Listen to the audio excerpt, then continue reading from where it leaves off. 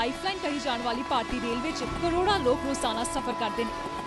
ਕਿਸੇ ਵੀ ਜਨਤਕ ਸਾਧਨ ਨਾਲੋਂ ਰੇਲ ਦਾ ਸਫ਼ਰ ਆਸਾਨ, ਆਰਾਮਦੇਹ ਅਤੇ ਸਸਤਾ ਹੈ। ਪਰ ਮੋਦੀ ਸਰਕਾਰ ਬਣਨ ਤੋਂ ਬਾਅਦ ਲੋਕਾਂ ਨੂੰ ਮਹਿੰਗਾਈ ਦੇ ਨਾਂ ਤੇ ਸਭ ਤੋਂ ਵੱਡਾ ਝਟਕਾ ਲੱਗਾ ਹੈ।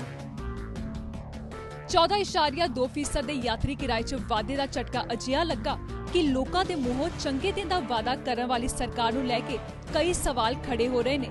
ਦਿੱਲੀ, ਮੁੰਬਈ, ਕੋਲਕਾਤਾ, ਚੇਨਈ ਸਮੇਤ पूरे देश के लोगों की वधे हुए किराए ते वक्खो वक्खरी राय सामने आई। देश की राजधानी दिल्ली च लोगों ने मिली जुली प्रतिक्रिया दी। मेरे विचार में तो ये बढ़ना नहीं चाहिए बिल्कुल, क्योंकि इससे और महंगाई बढ़ेगी, किराया बढ़ेगा तो और हर एक चीज़ का ट्रांसपोर्टेशन बढ़ेगा और नेचुरल गुड्स के किराए बढ़ेंगे, फिर महंगाई और बढ़ेगी। फिर इससे महंगाई काबू कहाँ हो पाएगी? फिर तो उससे महंगाई और बढ़ जाएगी, जबकि सरकार कह रही है कि महंगाई कम करने के लिए, महंगाई तो और बढ़ेगी। इससे वो सारा भार आम जनता के ऊपर ही पड़ेगा। जब कोई चीज़ आवश्यक होती है तो उसको करना पड़ता है।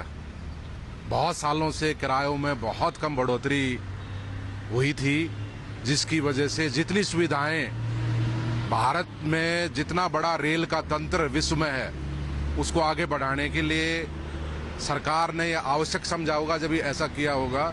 बहुत ज़्यादा आम आदमी के लिए बहुत ज़्यादा महंगा है ये। गरीब आदमी बिल्कुल अफोर्ड नहीं करेगा, इसको बिल्कुल भी अफोर्ड नहीं करेगा।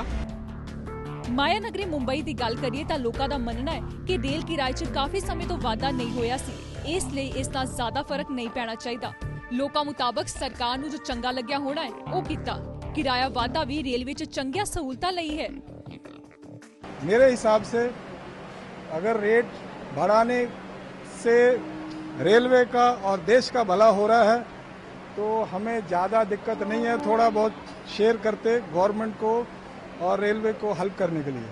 अगर उनको ज़रूरत है बढ़ाने की उनके हिसाब से तो वो बढ़ाएंगे अपना रेट। हम लोग भी ऐसे सोचा था कि आने के ट्रेन पेट्रोल का कम करेगा, डीजल का कम करेगा, क्योंकि इन लोग का कंप्लेंट तो वही था, पहले वाला गवर्नमेंट पूरा बढ़ रहा है, सब दूसरों को बचाने के लिए पेट्रोल का डीजल का बढ़ रहा है सोचता था।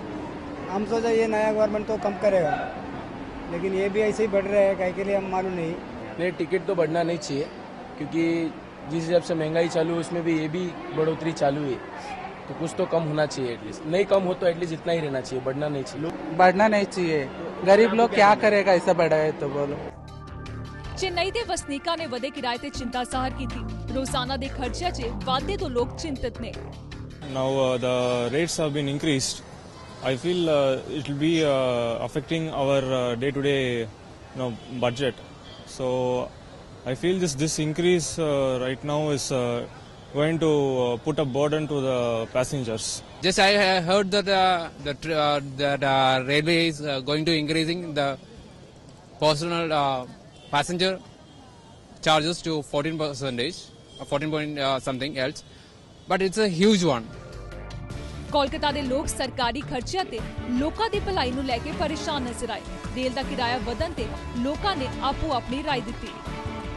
The huge fare increase, it will certainly affect the general people, general mass, and as well as the freight increase.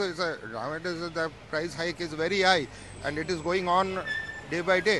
I'm not talking much about it, but in relating to goods, since most of the fruits, vegetables are transported for different states, the price increases, then definitely it will be a massive increase in the product commodity.